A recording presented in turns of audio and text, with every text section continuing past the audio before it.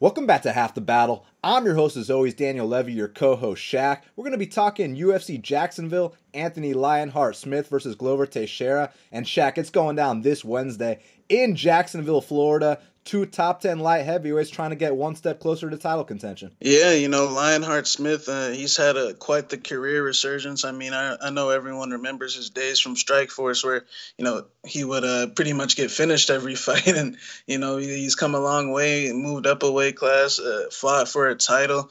His last fight, he knocked off Gustafsson down there in Sweden, actually made Gustafsson retire. And Glover Teixeira, man, that dude's a badass. Still competing against these young guns at his age, and he's still taking them out. And, Glover Teixeira's got one of the best jiu-jitsu games in the world, man. So, I'm super excited for this fight. And, and Glover, man, this guy always comes back from the brink of death. He almost nearly gets KO'd, and then he comes back and he ends up arm triangling these guys. So I'm excited to see what happens. Man, it's so cool to see what Glover's been doing lately because obviously, during his early UFC run, everyone knew him for being, Chuck Liddell's former sparring partner, goes out there, knocks out Rashad, had that fight with Rampage where he dropped him multiple times. But lately, you've been seeing him use his jiu-jitsu, like you mentioned, tapping out all these young guys. And Anthony Lionheart Smith, the best way to describe him, in my opinion, is he's dangerous. And the length, man, he's just very hard to deal with, especially in a 5-round duration. So I can't wait to see how that fight plays out. And Shaq, before we break down this whole card start to finish, we got to let them know that they can get our bets at bestfightpicks.com. Last week, max bet season was a success on Henry Cejudo. And you also cashed in on Justin Gaethje and the Cejudo under. Would have been an amazing night if they gave us that Cerrone decision, but a profitable night nonetheless. They can get your bets for 50% off using the code SHAQ50. How happy were you with Henry Cejudo's amazing performance? Yeah, it went down somewhat similar to what I expected. Cruz, I will say, man, he is a somewhat hard motherfucker to gauge because he's all over the place with his head movement. But eventually, man, he made a mistake, and when you got a goat, the triple goat like Henry Cejudo, man, you will pay for that mistake. And like you said on the show last week, when we get him hurt, we ain't gonna do no Garbrandt stuff and look like a Jabberwocky out there. We're gonna finish him. So. That's exactly what happened. And, shout out to Henry, man, because these last 4 fights, I think I bet on him the last 3, except the Mighty Mouse one. But, man, it's been quite the run he's been on. I'm happy for him in retirement. He's done. I wish he'd stay in there and fight and, fight Peter and these guys. But, hey, man, you can't blame a guy for wanting to go out on top. He's done everything he could. So props to him. Yeah, look, won 2 belts, defended both belts, Olympic gold medal. What else is there to do? He wants to go out on top. Let him do that. I don't want to see a situation where he fights past his expiration date, goes on a big losing streak like other legends have. Like, why not go out on top? That's the perfect way to do it. And, dude, I was so happy that as soon as he knocked him down, he pounced on him so quick and landed 11 unanswered shots. It was a great finish.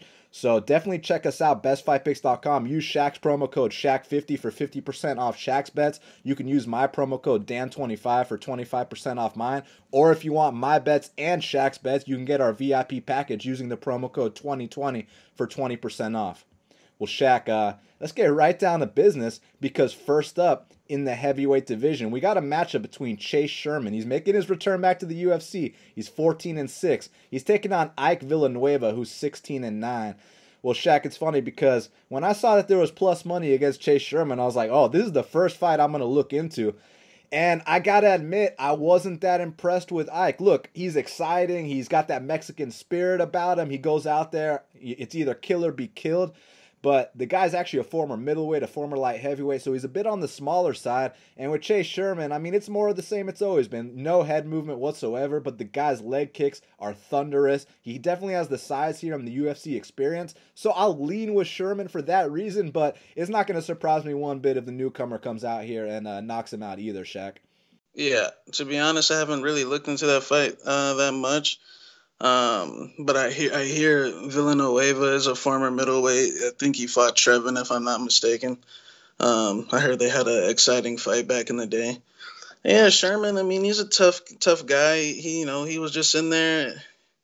swimming with some sharks. Maybe this is usually, these type of opponents is kind of what he does better against, AKA or like a Coulter or a Grabowski, a borderline bum. So, maybe he'll get this one. You know what's funny about that? You mentioned Coulter. Actually, Ike Villanueva's last win on the regional scene was a first round knockout over Rashad Coulter, but it was at 205 pounds. I mean, he made it look easy, so it's going to be interesting to see him going back up to heavyweight. And yeah, I just know one thing for sure. They're going to throw down in the center of the octagon and put on a show. Now, next up in the featherweight division, I thought this was bantamweight, but it's actually the featherweight division. You got Hunter Azure, he's 8-0, and Brian Boom Kelleher is 20-10. Currently, they got Hunter Azure minus 190. The comeback on Brian Kelleher is plus 165. Well, Shaq, Hunter Azure impressed a lot of people. I think the most impressive thing about him is how quickly he's improving. You compare his regional fight to his Contender Series fight to his UFC debut. Looks to be making big improvements every single time, training at Fight Ready. And Brian Boom Kelleher is a seasoned, experienced veteran. He's the finished product of himself right now. It has Hunter Azure leveled up to the point where he can come out here and beat an established veteran like Brian Kelleher. Yeah, this is a good test for Azure. Azure had that fight with Katona. Some people thought he lost, but I mean, he kind of got pressed up against the cage for periods of time. But anytime they were out, he did the damage. He showed his power. I think he's very well rounded. He's got good wrestling, good. Seems like he's got good scrambling ability. Got very good calf kicks training at Fight Ready. And then that's the one thing you can't forget, man. Even though he's a little green and he's still developing, him training at that camp in that fire with Cejudo and these guys, he's getting that Neuroforce One training, with Coach Santino and Coach Eddie Chan. These guys, eventually, man, he's gonna come into his own. So although I say he's probably not there yet, I think that along the way he'll get there. Kelleher, like you said, a finished product, and Kelleher is one of the guys where he's super experienced. He's been around the block. He's got wins over Arce, maybe 2 wins over Arce. His last fight against Osborne, he derailed that hype train. And he's got a forward pressure style when he's at his best, a super sneaky guillotine. If he gets that guillotine, and I give him a lot of credit, man. This guy came in the UFC, took out Yuri Alcantara in his debut. He's fought the likes of Chito Vera, beat he got submitted, but hey, he fought Stasiak in Poland. I mean, he's been around the block, beat a former world champion in Henan Barao. It seemed like he kind of hit that wall after the Lineker fight. He thought he was gonna beat Lineker and fight for the title, but fought the phenom Montel Jackson. So definitely he's at a competition level that Hunter Azure could only dream of. But, like you said, he's probably not going to get any better. It's just a matter of Hunter Azure not making some of these, stupid, I don't want to say stupid mistakes, but just, green mistakes. Occasionally he'll put himself in bad positions that, if a guy like Kelleher, man, he is going to test you. But at 45s, I actually think it helps Azure. I don't think Brian Kelleher should be fighting at a weight class like that. He's he's on the smaller side for the bantamweight division, in my opinion. So I'm gonna go with Hunter Azure. I think he's gonna look a lot better. I think that he's gonna, grind out a win. I do think it's gonna be a tough back and forth fight, just because Kelleher, it seems like maybe he got his confidence back a little bit after that upset win over Osborne. I mean, Osborne had to tap with his foot, but Osborne was talking crazy going into that fight. I mean, if you hear his little interview before the fight, I was like, oh boy, I knew I was in trouble. Then he said, in 5 years, we're going to say that Conor McGregor was on an Ode Osborne card. I was like, oh boy, this kid's gone off his rocker. But I'm going to go with Hunter Azure by tough decision. I think it's going to be a good back and forth fight. So I do think Kelleher will have his moments, but I'll take Azure by tough decision. Yeah, look, Hunter Azure has definitely made a lot of improvements. This guy is a former D1 wrestler, but he really prides himself on his kicking game. Those calf kicks are absolutely on point. And I think the biggest thing he brings to the table is the physicality and the mentality. I mean, he's so tough. I love this kid's get-up game. Some people can criticize him for the fact that, look, if he's a D1 wrestler, why is he getting taken down? But he's hard to hold down. I mean, this guy pops right back up. And he's very consistent with his game plan, which I like. And with Brian Kelleher, it's kind of like he has a bit of an unathletic TJ Dillashaw approach. You know, he likes to switch his stances on the feet. Definitely very influenced by TJ, just not the same kind of athlete. Has a nasty guillotine, is a very seasoned and experienced guy. So you make some kind of mistake, if Hunter shoots for some unset up takedown, he might get choked. But I think that if he keeps all his limbs in the vehicle at all times, he's going to come out here with this W. So I'm going to go with Hunter Azure as well. Now, next up in the lightweight division, we got a matchup between Gabriel Mowgli Benitez, he's 21-7, and Omar Antonio Morales Ferrer is 9-0. Currently, they got Omar Morales minus 175. The comeback on Gabriel Benitez is plus 155. Well, Shaq, this is a great matchup because, look, obviously Gabriel Benitez, he's known for being one of the hardest kickers in the featherweight division. You know, his coach Javier Hernandez, who also coaches Luke Rockhold, Cain Velasquez, Habib, all these guys, said that Mowgli Benitez is single-handedly the hardest kicker he's ever held pads for. And you take it a step further, he's taken on a former kickboxer in Omar Morales, a guy who we've actually been scouting since before his UFC debut, before his Contender Series debut, because he was actually supposed to fight one of our buddies, Robert Hale, in LFA, but then he got the Contender Series call. So this fight's at 155 pounds. How you see it going down?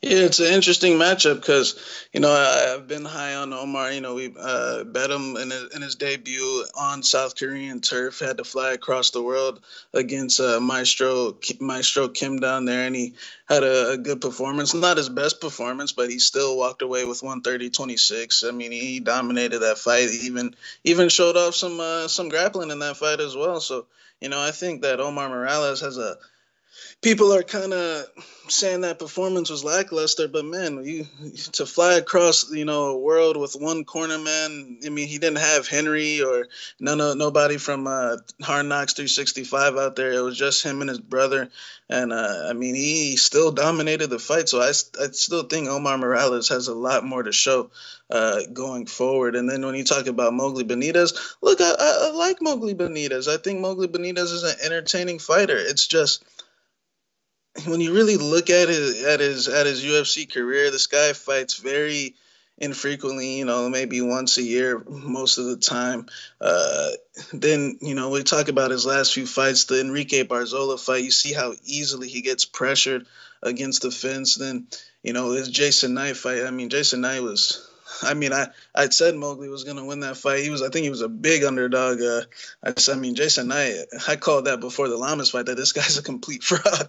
And that's exactly what happened. So, and then, we turned into his fight with Humberto Bandenay.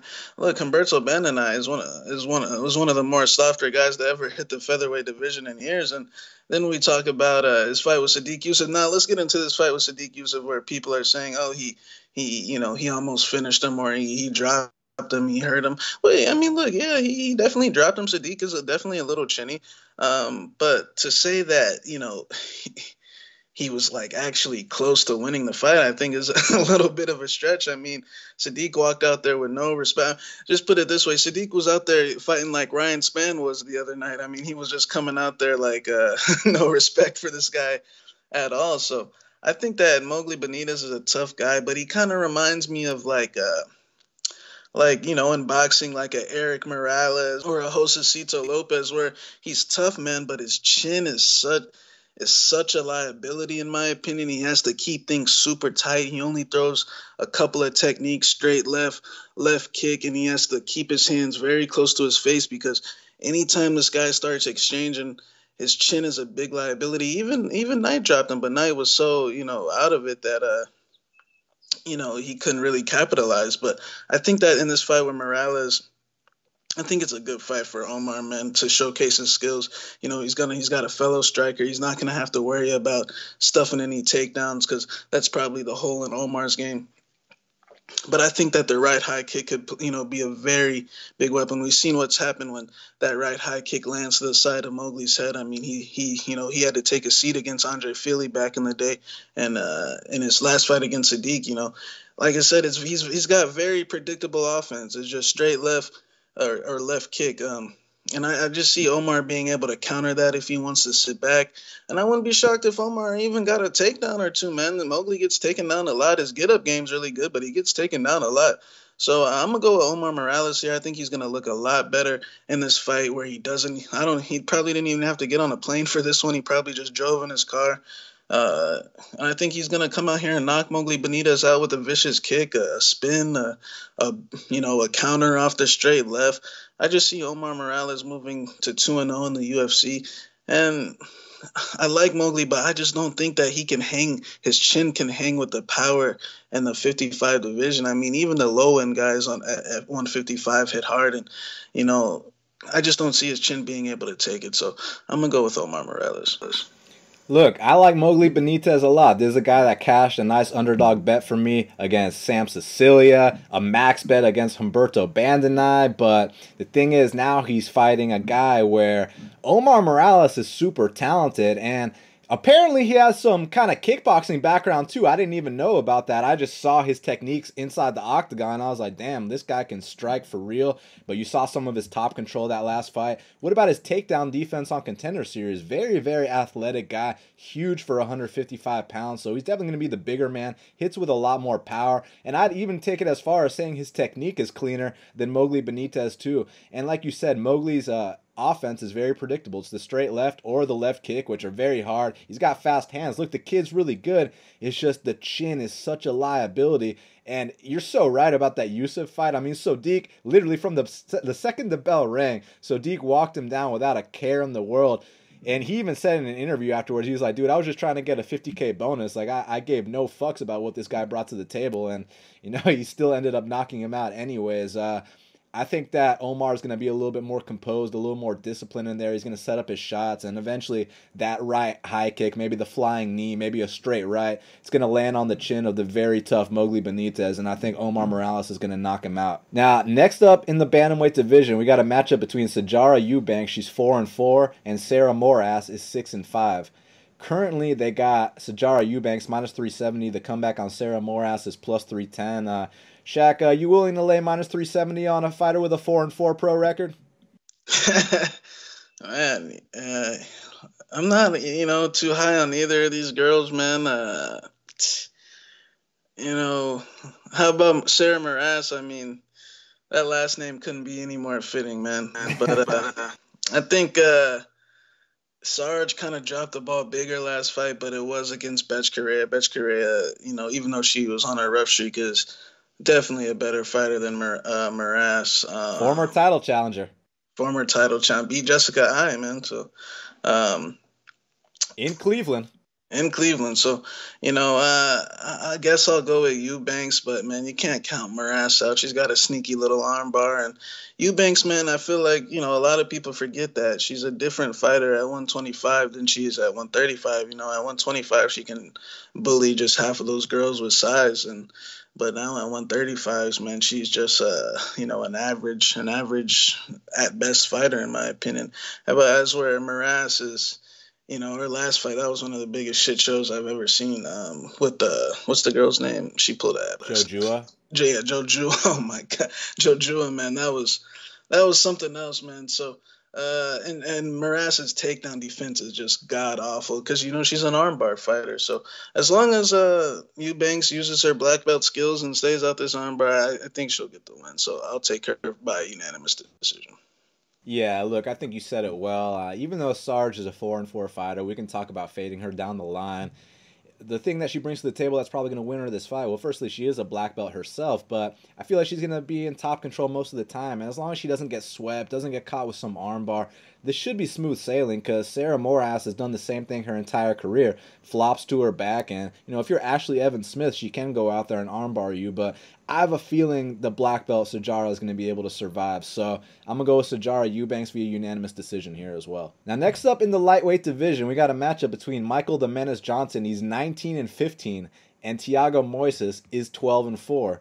Currently, they got Michael Johnson minus 110 and Thiago Moises minus 110. Well, Shaq, look, this is a really interesting fight. I feel like every time we break down a Michael Johnson fight, we say the same shit. On his best day, he beat Dustin Poirier, Tony Ferguson, Edson Barboza. On his worst day, he loses to Reza Madadi and Miles Jury. Now, I know a lot of people are going to reference back to the Stevie Ray fight, and it definitely was sketchy.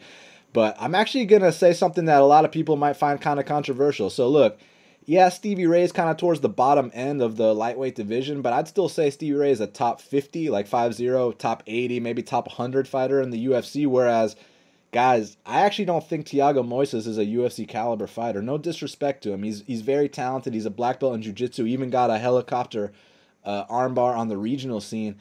But there's something missing in his game, and I can't quite figure out what it is. Something in the in-between. Because, look, he's a physical guy. He kicks very hard with the calf kicks. And, you know, if you're athletically outmatched, he can go out there and beat you just with his, you know, with his natural gifts. But there's something missing. And I just feel like Michael Johnson is so much more seasoned and so much more proven and just brings something to the table in the in-betweens that I'm not exactly sure what it is. Maybe you can touch on it more. But yeah, obviously I'm worried that if Michael gets taken down, his get-up game isn't the best, especially when people go out there and lace his legs up. He can't get back up, but if he can keep this fight standing, man, he's so much better than Moises, and he's just so much tougher than Moises as well. Like, the way Moises lost those two fights, and I know Beneil Dariush and Damir Ismagulov are two unbelievable fighters, but it was like Moises didn't even offer any resistance whatsoever. He brought nothing to the table. The one time he won was against a guy who hasn't won a single UFC fight and doesn't have, you know, the athletic tools to compete in the big show. So Moises needs to prove something to me for me to pick him in a fight. I got Michael Johnson here, man. I think he's going to light up Thiago Moises on Wednesday.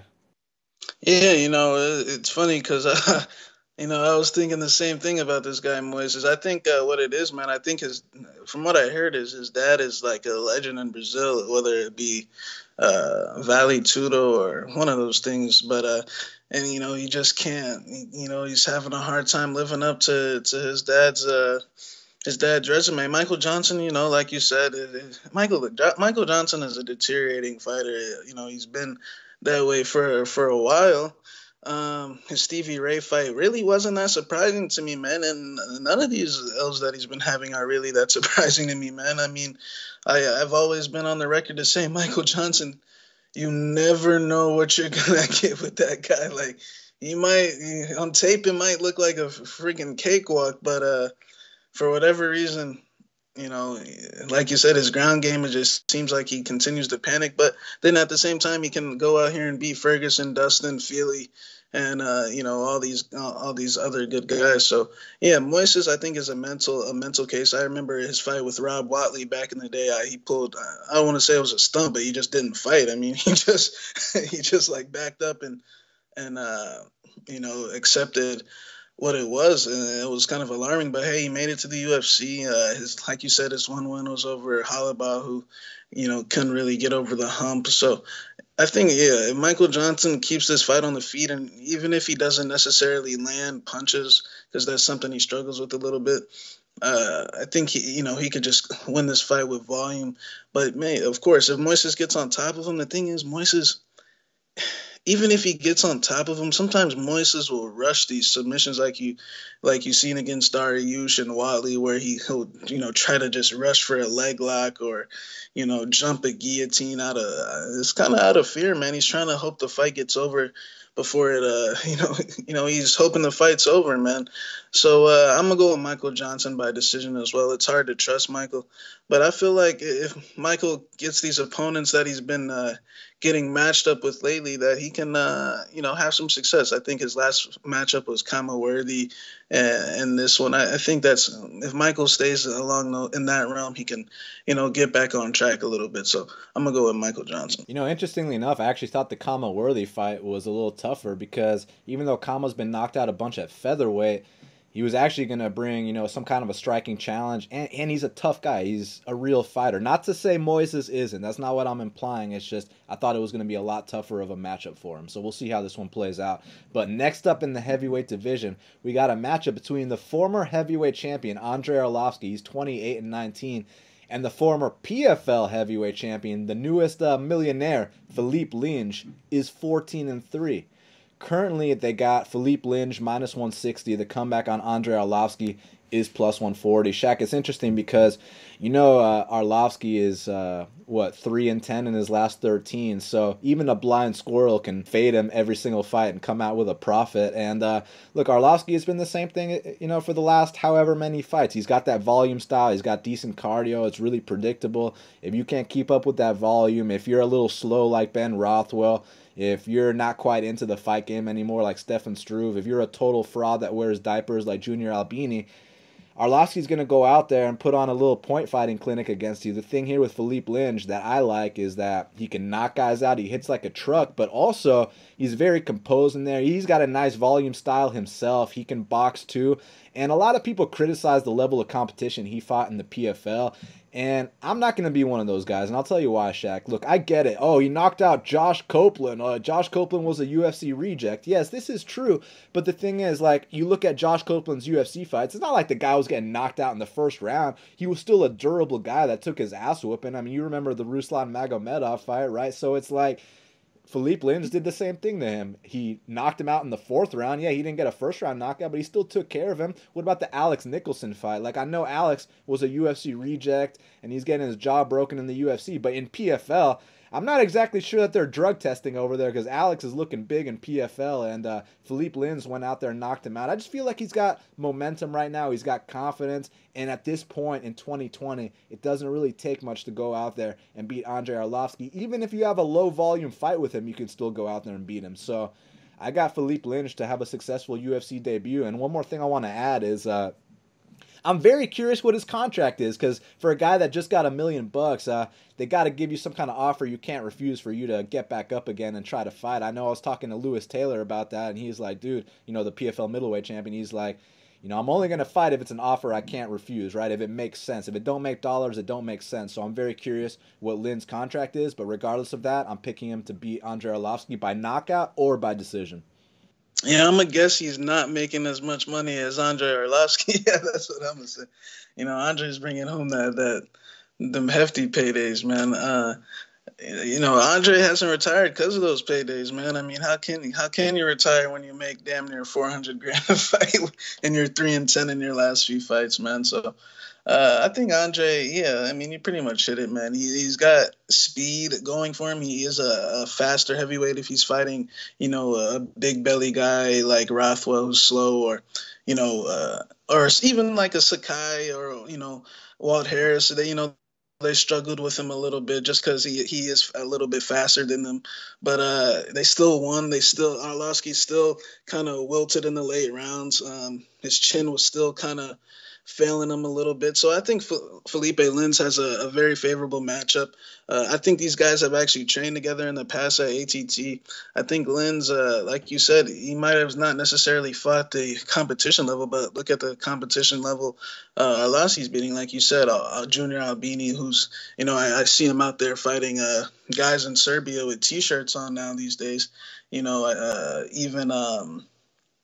Ben Rothwell, who's coming off his second suspension for steroids. I feel, or Stefan Struve, who's borderline in and out the game. So I feel like if Arlovski has an opponent like that, yeah, he generally might be live. I actually predicted that he would beat Rothwell in that fight, but now he's got a hungry, motivated guy, in my opinion, in Lynch. So I'm actually going to say Philipe Lynch comes out here and knocks Andrei Arlovski out. I don't think Arlovski can continually play this game of, win 1, lose 3. I think now you're going to finally start to see him lose every fight, especially after the way the last fight, when, the Rosenstrike fight, he said, I didn't take Rosenstrike seriously. Bro, why would you not take a 76-6 kickboxer seriously? That's kind of alarming to me. So I'm gonna go with Philipe Lynch by first round knockout. I wonder how seriously he's taking this fight considering the world conditions right now. So gonna be very interesting to find out. And next up in the middleweight division, we got a matchup between Karl Roberson, he's 9-2, and Marvin Vettori is 14-3.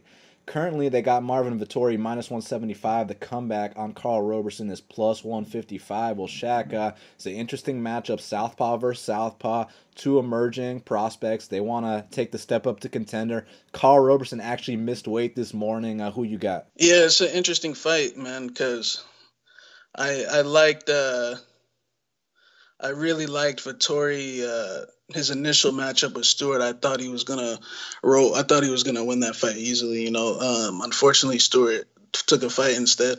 But Roberson had an impressive performance against Roman Kopylov. And I think that Marvin Vettori, I think I said before his fight with Cesar Ferreira when he was coming off that when he was coming off his steroid suspension, that I truly feel like Vettori has top 15 potential. And I feel like these last two fights, his boxing has gotten a lot better. I know that his cardio's been a little bit of an issue in the past, and it's always going to be an issue when you got a guy that big and muscular. I mean, Vettori is a big boy cutting down to 185. And with Vettori, a little bit of his issues, man. He's a very emotional guy, man. He he talks in there. He gets emotional in his face-offs. I mean, he's very emotional, and sometimes I think when you're that young, you know, as he was a couple of years ago, that it was kind of plaguing him in these fights with Akhmedov and Israel. But I truly think the kid, if once he puts it all together, has top 15 potential. He's a black belt, right? Vettori? Yeah, I'm actually not sure. I'm pretty sure he is. Um, I'm on. Yeah, I think he is. He's got very good jiu-jitsu. He's, like I said, the boxing. According to Wiki, it says brown belt, but he could have been promoted since then. So I'm pretty sure he's got promoted to black recently. But I think that he's got all the tools in each aspect. He's got a solid chin. I mean, Israel's been on the record to say he's got a blockhead, and this guy walks through a lot of shots. I mean, some of the shots Wolverine Akhmedov was hitting him with early, he was just taking them no problem and still moving forward. So I like Marvin Vettori's skill set, man. It's all about his mental and his emotions, creeping in. And Roberson, the ground game was a big issue for him.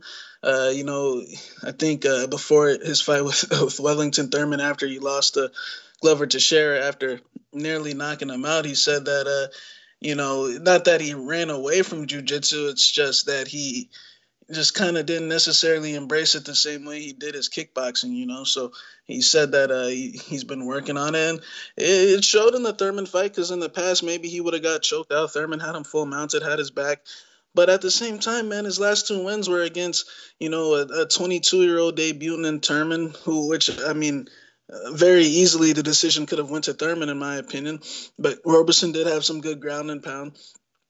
And then his last fight with Kopylov, who, was making his debut as well. So I think that when I look at both these guys' skill sets, I think that Roberson's kicks are a lot better than his hands.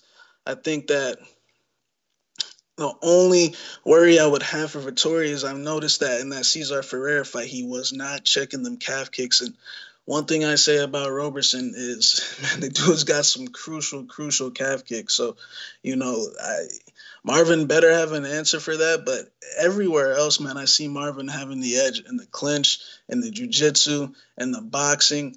I think that if he presses Roberson, make this a tie-up fight where Roberson struggles in that clinch, giving up his back. But hey, man, Roberson did good. His last fight got a submission in Russia. It was very impressive, but I just think Marvin Vettori is the better, more polished fighter, and not to mention Roberson missed weight, so that's kind of already a somewhat of a red flag. Maybe he didn't have the full preparation as he had, but he was scheduled to fight Muradov, man, so he should have been ready to go. But hey, who knows what happens? Maybe he's growing out the weight class, but I think Marvin Vettori has the higher ceiling, and so I'll pick him for the win. But Marvin better have an answer for them low kicks. Yeah, look, both these guys are very talented prospects in the middleweight division. We've seen Marvin Vettori since he was just a kid. He was like, 22, 23 when he first came into the UFC, and he's really come a long way. I think the thing that people criticized him for the most was his cardio. And it still can be an issue in those later rounds just because the guy comes out so damn hard. And I feel like if he comes out hard like he did against Andrew Sanchez with zero regard for whatever he brings to the table, that could give Roberson those opportunities to find those counters, counter that straight left down the pipe. And like you said, those kicks, I love his Dutch combos. It seems like anytime Roberson's opponents throw at him, he always answers back with a nice straight left followed up by the left kick. So, the guy's got some nice combos. It's like reactionary to him. But as far as the other areas of the game, you definitely got to give Roberson credit. He's been improving in all areas. It's just he finds himself in so many bad spots that it can be really sketchy to trust him at the betting window, whereas I feel like a guy in Marvin Vettori who has had success taking down real guys. Like, he took down Israel Adesanya in the third round and had some decent top control, and I feel like if he gets in similar spots here, he will have a big edge. Look, on the feet, it's going to be back and forth a little bit. I'd say that that Roberson's probably the crisper and cleaner guy, but Marvin throws with some heat, man. Marvin, I mean, you know how that left body kick is from King's MMA, and when he starts committing on these punches, he's a very physical guy. And that blockhead, like you mentioned, he can take punishment well too. So I'm going to go with Marvin Vettori to win a decision here. But honestly, a submission wouldn't surprise me either, but I'll go with decision. Now, next up in the bantamweight division, we got a matchup between Ricky Simón, he's 15-3, and Ray Borg is 13-4. Currently, they got Ricky Simón minus 170. The comeback on Ray Borg is plus 150. Well, Ray Borg looked amazing in his last flyweight fight. Now he's fighting up at bantamweight again. He's won at bantamweight before. Ricky Simón coming off 2 straight losses to Uriah Faber and to Robbie Font. You think Ray Borg's going to extend the win streak to 3, or is Ricky Simón going to finally get back on track? Man, this is a good fight. It's an important fight for Ricky. I mean, for Ricky Simón, who wants to lose 3 in a row, especially the way his last 2 fights. But man, I see a lot of Simón love throughout the week. I even see some shots on board. I would say that this is one of the more back and forth fights in terms of the betting side of things. It seems like this is one of the people's main event fights, man. So I think that I could see why one would think this is a good matchup for Ricky. I mean, he's bigger than Borg. He's stronger than Borg. He has a decent size advantage here, definitely with the strength. But man, Borg, and I also see why people would take the shot on Borg. I mean, the last time he fought at 135 against Eric Silva's little brother, he looked pretty good, won the last 2 rounds and put a pace on him. And we know that Borg's one of the best scramblers in the UFC. So I'm trying to figure out how these guys what's going to happen when these guys tie up, with Ricky's strength advantage. But Borg, man, he's a little bit more slicker, maybe a little bit better technique in the scrambles. It's just a matter he's going to be dealing with a guy that's a lot stronger than him. And Borg's not necessarily the guy that likes to use his striking, man. He's strictly with the scrambles, with the slams, with the takedowns.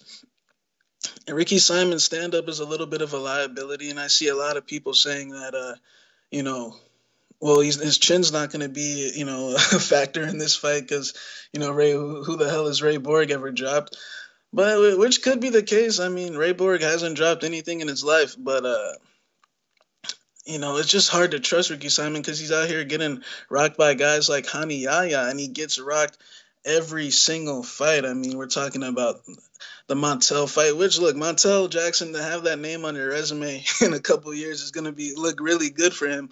But let's not forget that Montel said that when he got the call for that fight, he was eating a bowl of Cinnamon Toast Crunch. I mean, he was like, oh, shit, I got to get on the treadmill now, And then his fight with Merab Dvalishvili, he got taken down a bunch, got his back taken a bunch. But Merab is a serious grappler. So I'm going to lean Simón. I think that he's got a lot of physical tools going for him in this fight. And I actually thought he did somewhat look the best he has, to be honest, against Rob Font. It was fight of the night, a good back and forth fight. He got takedowns on a guy like Rob Font, who's got some underrated grappling himself. So I do think, and we've seen Borg get taken down as well, whether it be against Casey Kinney or even Gabriel Silva. So I'll take Simon. I think it is a good matchup, but from a betting perspective, man, it's just hard to trust a guy like him that makes these big mistakes. I thought he was in the Rob Font fight, but continuously he would give up the rounds because he would get caught with a big shot, and he just seems like he's lacking that competence in the boxing. Now I know Ray Borg isn't known for his striking, but Uriah Faber, I mean, look, going into the fight, we thought that, man, Uriah Faber's an old man coming off, a 3-4 year layoff. And I mean, Uriah Faber ever been known for his knockout power, Daniel? I mean, one shot on the chin, and this kid was seeing stars. And I mean, when he got up, he had no idea where he was, man. So it's kind of alarming. And like I said, he's been rocked in all the other fights as well. So it's kind of tricky playing a -170 line on that. But I do think that his physicality should stifle Borg's grappling attack. But at the same time, man, I kind of like flyweights moving up to bantamweight, man. I feel like their speed and their pace gives these thicker guys a little bit of trouble, man. I mean, when you fight in the flyweight weight division, to be honest, is one of those divisions where your skill set has to be at the highest level, man, because there is no breaks in that division. So, I would not be shocked if Borg came in here and got the upset, but I think Simon's too big. So I'll take him by split decision. Yeah, look, you're definitely right about the size. Simon is going to be the bigger guy, but sometimes it's not about the size. Sometimes it's about the skill. And this thing with Ricky Simon is, look, his resume looks great. He did beat Montel, albeit Montel had 6-day notice, was pro for less than a year at the time, was eating Cinnamon Toast Crunch when he got the call. He beat Merab, even though Merab absolutely mopped the floor with him to a point where Merab had zero regard for anything. And then, this is going to be controversial to some people, but if you watch the fight, you'll know what I'm talking about. In that third round, Merab goes for a takedown. He actually knocks himself out by slamming his head on the mat. The guy goes limp. Ricky easily sweeps him into that guillotine, and he finishes the fight. Props to him for capitalizing, but had Merab not knocked himself out there in that third round, that was an easy win for Merab. And when you talk about Ray Borg at 135 pounds, look, obviously he's known for being at 125, but the guy's got success at 35s too. He took down Casey Kenny 7 times. He took down Gabriel Silva 6 times. So he's proven to me that he can go out there and take down bantamweights. And I feel like Ricky Simone might be struggling a bit with the confidence since that Faber fight, because that Rob Font fight, I mean, when Rob Font is going out there and double-legging you in that first round, and Rob Font, look, some people thought that was a close fight, but I kind of felt like Rob Font put an MMA clinic on him and really punished him, man. He made him pay for those takedown attempts. He popped his head back with the jab. And I know Ray Borg ain't exactly known for letting his hands go, but the times he has, he's actually got some pretty fast hands. You go back watch that fight with Formiga when he actually felt comfortable letting his hands go, and it was like, oh shit, Ray Borg, man, maybe you should let him go more often. And if he notices on the tape that Ricky Simon's extremely chinny, I'm not just referring to the Faber fight. How about that time that Anderson Dos Santos dropped this guy and finished him? If Ray Borg's been watching the tape, he might actually be like, hey, this is a spot where I can come out here, let my hands go, and touch this guy's chin. But obviously there's going to be a lot of scrambling. And I think in the early going, Ricky Simon's going to be able to use that size, get on top of Borg. You know Borg's a bit of a slow starter, but as soon as it's Borg's chance to scramble out and he gets to do his own shots, that's what I think is going to be the difference. And I actually do see Ray Borg coming out here and picking up the bigger man, slamming him, and just getting the better of the scrambles. So it's going to be a close back and forth fight. I think it's a dog or pass situation, and I will go with the more experienced Ray Borg to come out here and beat Ricky Simon via unanimous decision. Now, next up in the 55-pound division at lightweight, we got a matchup, a lightweight showdown. We got Drew Dober, he's 22-9, and Alexander Hernandez is 11-2. Currently, they got Drew Dober -125. The comeback on Alexander Hernandez is +105. So, Shaq, I guess my first talking point was I was really surprised about the line. I thought for sure when the matchup was announced that Alex was going to be the favorite considering the kid's hype. But you look at Drew Dober's recent form, and the guy's definitely turned things around. I mean, he came into the UFC 1-3. Now he's 7-2 in his last 9 fights. So I was actually really curious what exactly changed about Drew Dober, because you're seeing this maturity. So I got him on Half the Battle. Talk to the guy. Make sure y'all check it out on our YouTube page. Drew Dober's got an amazing mindset. He details exactly what he changed to be where he's at now, and just the mindset is so on point. But I'll tell you this, because I know we faded Alex Hernandez against Cowboy Cerrone, got nice dog money odds, plus 160, and then the next fight against Ronaldo, he didn't look as good. But I don't think that Hernandez is a fraud or anything like that. I actually think he's pretty talented. Like, I know the Dariush fight, if it plays out 10 times, he probably doesn't knock him out that quick every time. But the fact that he did, and when he did, was impressive. Look, what I think Hernandez brings to the table is on the feet. He tries to do a little bit of that TJ Dillashaw for lightweight. He likes switching his stance. He likes throwing that volume style. He's got decent wrestling as well. Kid, he's a very confident young man. I actually think he's got a bright future in the UFC. It's just my issue is that he had such a spectacular result in his UFC debut that when you knock out Benny Dariush in the first round in your debut, that means it's only going to be big fights from there on out, and he might have gotten to a couple situations that he wasn't quite ready for, especially those last two. And the interesting part about it is he still came out with a victory against Ronaldo, but now it's like it's only going to be even more big fights from here on out, and I still feel like he's got a lot of things to figure out, just the ins and outs. He's got to be a bit more seasoned.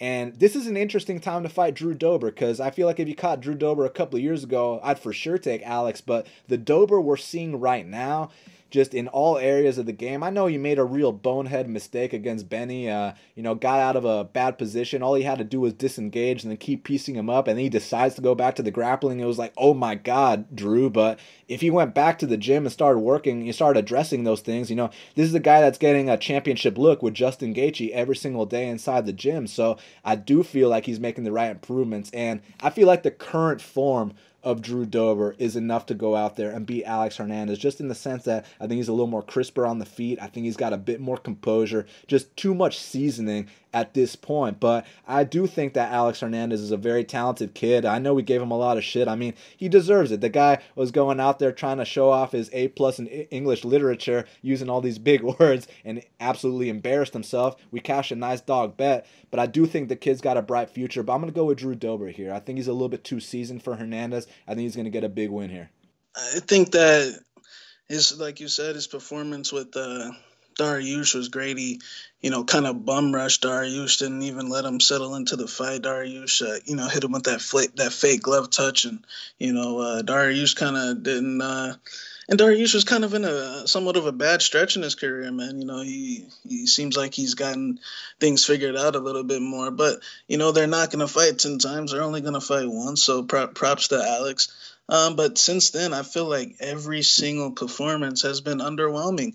And I think that, the Dariush knockout, like you said, is so spectacular. But, I saved my judgments until I saw him go 15 minutes. And then when I saw him go 15 minutes against Mercier, I knew that right then and there that this guy is probably not top 15. I think he's young. We'll see how he goes. But the Mercier performance let me know he wasn't there yet. Then, faded him against Cerrone. I faded him against Ronaldo. Now, I watched that fight last night, and it definitely was a lot closer than what I initially thought. But, it seems like he was trying to be a little bit more patient. It seemed like he was trying to not run himself into the ground like he did those two middle fights. But if that was the improved version of him, it's still like, is he really top 15? I mean, he kind of backpedaled the entire time, but he played somewhat of a smart game. But, you're not fighting a 40-year-old now. You're fighting a guy that's in his prime. And Drew Dober, I think before his fight with Haqparast, I said on the show that guys like Dober, eventually they get rewarded for their hard work. To see where he started off losing to Sean Spencer and, Ephraim and all these guys to where he is now is definitely quite the he's shown that improvement in his skills. This is the best stretch of his career. He's won 506. So that upset over Haqparast, who was a super hype prospect at the time, really didn't surprise me. I kind of had a feeling that might possibly coming up, man, just because he works so hard. His mindset doesn't ever get deterred. I mean, he's one of the most positive guys once you hear this guy talking. If you watch some of his past fights, man, this kid, like, I mean, I've heard Trevor Whitman specifically say, man, if you see Gaethje and this kid start sparring in the gym, bro, they say it gets fucking intense. Like these two will start trying to kill each other, and Gaethje said that Dober's the only one that's got balls to bang with him like that in practice. So this kid, and I said that before the Hackerass fight. When you watch this kid's fights, bro, this kid's got no fear. Like he'll come in right away and start letting them fly. And it just necessarily, wasn't the results necessarily weren't showing at first, but now they finally are. I think he's got a good, bounce to him, good flow from that southpaw stance. He has good counters for the lead low kicks like we saw against Hack Perez, and he's got a good takedown as well. I mean, he's got a good, well-rounded skill set. Now this is gonna be this fight with Hernandez is gonna be a big test for him because Hernandez does have the ranking, but I think it's like if he was ever to get, his initial fight was Carlos Diego Ferreira, which might have been, a little bit too much of a step up. But this, I feel like, is the perfect step up. You got the guy that is borderline not really in there, but he is in there. And this is a good fight for Dober, in my opinion. And to be honest, I know he's a slight favorite, but man, I think there's a chance where even him being at slight chalk, and it is a dangerous game to play with numbers like that. But I also think there's a chance that he should be lined even a bigger favorite, man, because like I said with Hernandez, I feel like there's also been a little bit of a confidence thing. Although he likes using these big words, I feel like he's calmed down on that a little bit. He's probably a little bit more humble, but his fight with Ronaldo was, uninspiring in my opinion. And Dober's never had an uninspiring performance, win or loss, in his entire career. This kid will, take the necessary risk. He will, he's not scared to get knocked out like Coach Trevor Whitman said. So I think this is a good fight for Dober to come in here and get closer to the top 15 ranking or get that number 15 spot. I think that he's got better boxing. I think he cuts off the cage very well. I think that he learned a lesson in that Dariush fight with controlling his aggression and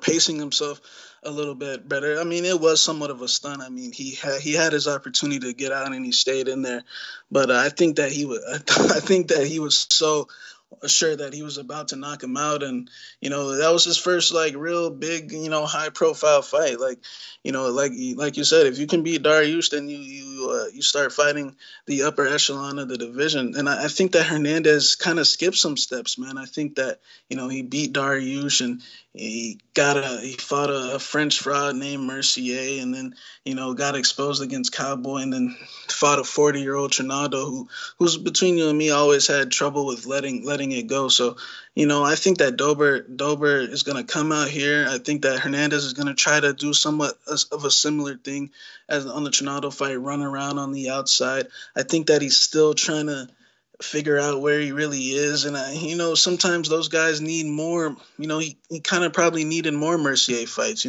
I think Dober had a long time to develop his skills against guys like Tuck or Camacho, or Polo Reyes. He had many opportunities to figure out the kinks, as where Hernandez beat Dariush and they just said, hey, now you're swimming with the sharks, kid. So I think that he's still not ready for this. I think that his boxing is just it's I at best. I mean, I just don't see this kid as a top 15 guy, and to be honest, I don't see him as a top 20 guy either. I see him as a middle of the pack. Like I think that these guys like Morales can fight with him. I think these guys, I mean, they were scheduled to fight. Some other guys that can fight with him. I'm just not 100% sure that he belongs at that level. But hey, the kid believes in himself. I respect it. He uses some big words, and that's nice and all. But I'm gonna take Drew Dober to come in here and knock Alexander Hernandez out. I think he's riding that momentum. His good buddy Justin Gaethje just won the interim title. The morale for the team's really high right now. So I'm gonna go with Drew Dober by vicious knockout. Co-main event of the evening in the heavyweight division, we got the heavyweight debut of Ovince St. Preux, OSP. He's 24-13, and Big Ben Rothwell is 37-12. Currently, they got Ovince St. Preux minus 140. The comeback on Big Ben Rothwell's plus 120. Shaq, it's an interesting fight because obviously we've never seen Ovince St. Preux at heavyweight before, so got to see how he performs. Ben Rothwell, I know he's coming off that win over Struve, but I got to say, man, those last few fights since his USADA suspension, Ben Rothwell has not looked good at all, man. He's looking slow out there. He's always been looking slow, but he's looking slower than ever. I mean, I know you remember back when he fought Brandon Vera, when he started doing that dance in the third round, you know what I mean? Or even when he choked out Josh Barnett. But since that Junior Dos Santos fight, it just hasn't looked the same. And Ovince St. Preux, he's had some ups and downs too, but I think we can all agree Ovince is the faster guy, the much more athletic guy. Honestly, the more impressive guy. And I think that as long as Ben Rothwell doesn't catch him with one of those big bombs, which, look, there's a big possibility he does. Ovince has been knocked out before. Heavyweight, they got a different kind of power. Ben hits like a truck. He weighs 265 pounds. He's a big boy. But I think Ovince is a much better fighter everywhere. I think he can use that front kick. I think he can light him up with the hands, maybe even mix in a double leg or two. Watch out for that go-go choke. I'm not going to be surprised if he comes out here and Von Flus him, but I'm going to say he outclasses Ben Rothwell. I'm going with Ovince St. Preux here, man. Yeah, it's an interesting fight, man. It's unfortunate Rothwell couldn't fight John Vellante. I was about to unload on Big Ben right there, man. It's unfortunate that card got canceled. But, Preux, he's coming off the win against McCall. Man, I plenty of things seem easy for St. Preux, man, but don't be shocked when he pulls a stun out there, man, leaving his chin sky high. I think that Preux is definitely, like you said, more athletic at range. But that extra weight with him kind of scares me because he's had cardio issues in the past, man. And now he's, he's got on an extra, 30 pounds we're talking about. And even though Ben Rothwell, his footwork is shit and it's not pretty and it's not pretty at all, and he gets hit a ton. One thing I'll say about him, man, is his pressure, his methodical pressure is on point. He closes that distance very well, and if Preux doesn't knock him out early, I do have concerns about him and Big Ben going into the late rounds.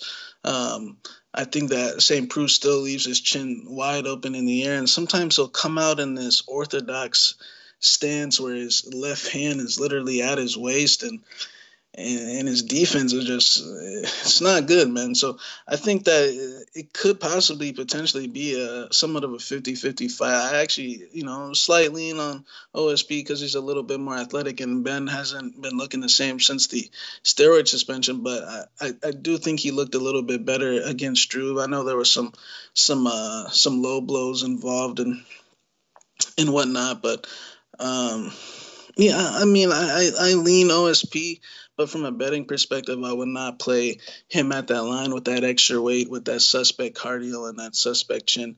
So, I'll take him for the win, but for me, it's a dog or pass situation. Main event of the evening in the light heavyweight division, we got Anthony Lionheart Smith. He's 33-14, and Glover Teixeira is 30-7. Currently, they got Anthony Smith minus 175. The comeback on Glover Teixeira is plus 155. Shaq, it's an interesting fight for a lot of reasons, man. Because, look, firstly, Anthony Smith, you look at his resume at light heavyweight, it's obviously been on point. I mean, knocked out former champions, Rashad, Shogun, even beat former number one contenders like Volkan Oezdemir and Alexander Gustafsson, went the distance with John Jones. I mean, albeit John Jones lit him up in a way where people were trying to act like that was some close back and forth fight. No, it wasn't. I mean, the only moment Anthony had to win that fight was when he got hit with that illegal knee and he had the choice to get a DQ. That was the only chance he had to win that fight. But John Jones thoroughly outclassed him. He also thoroughly outclassed Glover back in the day. But back to this match, it's like interesting to me because Lionheart's kind of the kind of guy that I like to bet at underdog money because he's a bit of a comeback fighter, and in 5 rounds, he can be getting his ass whooped, but he comes back in that 4th round, chokes you out, can knock dudes out late in the fight. The thing is, man, I kind of don't like the in-betweens with Anthony Smith. I never have. It's just that the way I describe him is he's a very dangerous fighter, and he's a very long fighter, and the length and his ability to finish a fight has gotten him to this point right now, man. Like, he can literally be taking an ass whooping and just land a big knee or land an elbow and change the whole course of a fight. Take your back one time and choke you out. With Glover, I feel like it's been a bit consistent, man. You know, he's been showing off his Brazilian Jiu-Jitsu black belt these days, which is good because maybe the durability isn't what it once used to be, but the toughness is still there. And I actually think overall, Glover is a better fighter. The issue is that he's a bit older, he's a bit smaller, he's a bit chinnier. I know Anthony actually on paper has been finished more times than Glover, but most of those were at middleweight. And since he moved up to light heavyweight, you know, for a 6'5" man, he's durable as fuck, man, and he's good at coming back. So I think, you know, if you lay chalk on Anthony, you might be in for a sweat unless he gets that early knockout. I mean, the longer this fight goes, it's going to be a sweat. But he can find a way to win somehow along the way. And it being 5 rounds, I think he does. But I kind of have a little hesitation, man, because like I said, I like Anthony Smith as an underdog. He's a good comeback kind of guy, and I just don't see him dominating fights start to finish. I either see him getting an early finish or a comeback finish. I don't see him winning a 5-round decision at all. And Glover Teixeira, you can't sleep on this dude's ground game, and just because he's kind of older, I mean, he's been beating young guys in 3 of his last 4 fights. 4 of his last 5 fights, he's beating young guys. So I'm not counting him out, but I'm going to slightly lean with Anthony Smith to catch him somewhere along the way, Shaq. Yeah, this is a great matchup, man.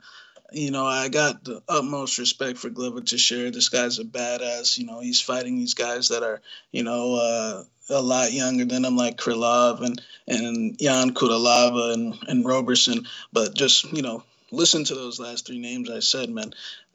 Look, I've been a Lionheart supporter for a while, man. I predicted that he would go down there and finish Volkan Ozdemir as an underdog, and you know, go out there and finish Alexander Gustafsson in his hometown as a 3-1 underdog. And you know, I feel like now him being the favorite in a matchup like this is just is an indication of what's to come. You know, I get the whole, you know, he's got a bunch of losses, but what's his record in the last, you know, 4 or 5 years, man? It's been fucking all green, damn near, besides John Jones and Cesar Ferreira. And I feel like this fight, to be honest, man, is right up Anthony's wheelhouse because, you know, like you said, he is somewhat of a little bit of a comeback fighter, but that's his last fight. That wasn't the case. I felt like he was in the fight from start to finish, and you know, when he's talking about comeback, you know, he's got to come back from Volkan Ozdemir. You know how many 1st-round stoppages that guy has? You know how fucking hard that guy hits? Fucking hell yeah, he's going to have to come back. And at middleweight, he was kind of hindering himself a little bit. But this fight reminds me a lot of the Mauricio Shogun fight, man. You know, we're talking about a guy like Glover who kind of gets rocked in a lot of his fights. And, you know, he's not – and one thing about Anthony Lionheart Smith is this guy's a master of war against guys like this, man. You remember his fight with Hector Lombard back in the day where, you know, he's like, Hector, hey, Hector, you remember, you know me now, and, you know, things like that. And I think this is just a fight up as well. As, you know, Anthony Smith is a black belt himself.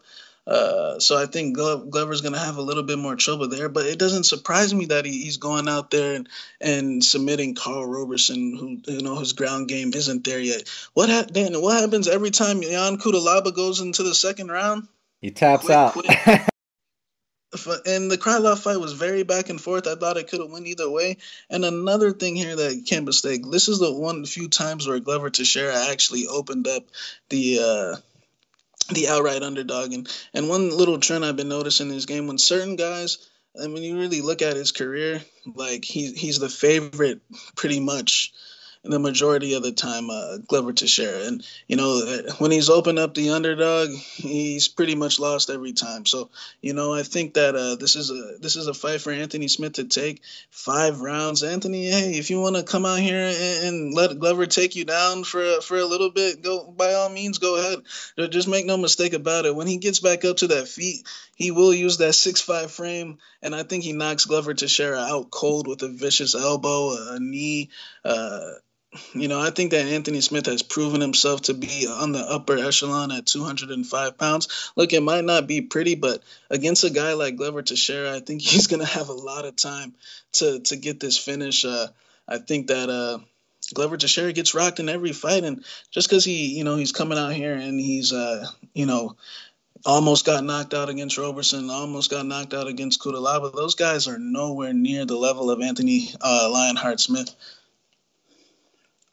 Those guys are nowhere near that level, so it doesn't really surprise. What about that absolute clinic Corey Anderson put on him, where he got rocked and, his leg was buckling in that fight? Or even the Misha Serkinov fight, man, he didn't look too good in those fights either. And what about that clinic, that Gustus, and the Cannonier fight? This guy's been getting rocked so many times in his fights. I think Anthony Lionheart Smith puts him out cold within the first 2 rounds. So I'm going to go with Anthony Lionheart Smith for a vicious finish. Well, Shaq, now we got to talk about the fight to watch and the fighter to watch. So what is the fight to watch for UFC Jacksonville? My fight to watch is going to be Alexander Hernandez versus Drew Dober. I mean, if Dober can get the win, he should be borderline top 15 or in that top 15 discussion. And, if Hernandez gets the win, hey, then he proves why he should keep that ranking and stay in that top 15, because it's looking real iffy to me right now. Yeah, that's definitely one of the fights to watch for me. My fight to watch is Ricky Simon versus Ray Borg. I have a feeling that it's going to be a back-and-forth scramble fest, the kind of fight that makes people really appreciate the grappling, the scrambles, the jiu-jitsu, the wrestling, everything. I think it's going to be a lot of fun, a lot of back and forth. Ricky Simon versus Ray Borg is my fight to watch. Well, Shaq, who is your fighter to watch for UFC on ESPN Plus 29? My fighter to watch is gonna be Omar Morales. He's got a fight here with Mowgli Benitez, who's a fan favorite, and not too many people know about Omar Morales. He's only gotten 2 UFC related fights, but I think this guy's got a lot more potential than what he's shown, and I think he's gonna show it on Saturday night. So Omar Morales. Oh yeah, Wednesday. Yeah, he's definitely someone to watch for me. My fighter to watch is Drew Dober. He's a guy that's truly paid his dues since day one in the UFC, and now he's reaping the fruits of his labor, man. He's getting to enjoy all his hard work, and if he can come out here, get the biggest win of his career at this point, against a ranked opponent, it's going to be big fights and bright skies. You could even be looking at a Drew Dober versus Anthony Pettis matchup next, or something among those lines. So bottom line, this is a huge fight, and for that reason, Drew Dober is my fighter to watch. Well, Shaq, we did it. It's going down this Wednesday in Jacksonville, Florida. Make sure to get our bets at bestfightpicks.com. If you want to deal with Shaq, use that promo code SHAQ50, all lowercase, for 50% off. If you want to deal with me, use my promo code DAN25 for 25% off, all lowercase. Or if you want both of our plays, get that VIP package using the promo code 2020 for 20% off. Bestfightpicks.com. Follow Shaq at MMA Genius 05 on Twitter, at ShaqBFP on Instagram. You can follow me at Best Fight Picks on Twitter, Best Fight Picks Official on Instagram, and now we actually have an Instagram page for the podcast. It's at Half the Battle Pod on Instagram, or Half the Battle HQ on Twitter. So make sure y'all give us a follow, all those places. Subscribe to Half the Battle on iTunes, SoundCloud, YouTube, Stitcher, Spotify, all the places where we are available. We will be back later this week to break down Saturday's card as well. Truly appreciate all your support. BestFightPicks.com. And until the next time, let's cash these bets.